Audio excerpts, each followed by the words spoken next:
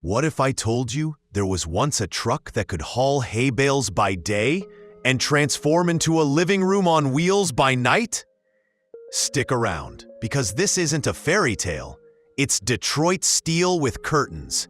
Ladies and gentlemen, let me take you back to 1971, a year when bell-bottoms were wide, gas was cheap, and trucks were built with more steel than my neighbor Gary's backyard grill. Parked right in the middle of that groovy timeline was the 1971 GMC C2500 Custom.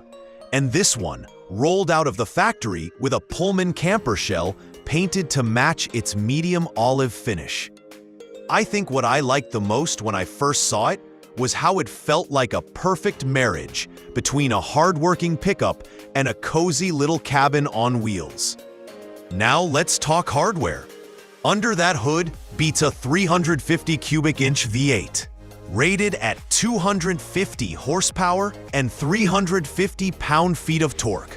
That's 5.7 liters of Detroit muscle for my metric friends. I believe this engine still has more grunt than Gary's riding mower, even after it was pampered with a rebuilt radiator, fresh timing chain, new water pump, ignition coil, oil pump, and just about every gasket the parts store had in stock. Power goes straight to the rear wheels through a 4-speed manual gearbox with a freshly replaced clutch, pilot bearing, and throwout bearing. Perfect for anyone who enjoys that old-school, arm-stretching, leg-pumping driving experience. Stopping power was no joke either, thanks to refurbished brakes with new calipers, rotors, hubs, hoses, and a master cylinder. The truck rolls on refinished 16-inch steel wheels, wrapped in Firestone Destination XT tires, fitted in 2023.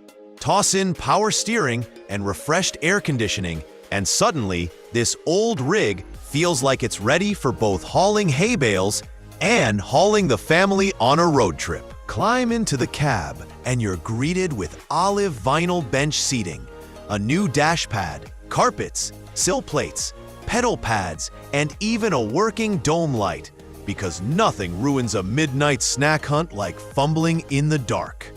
Sure, there are a couple of tears in the upholstery, but I think that just adds to the character.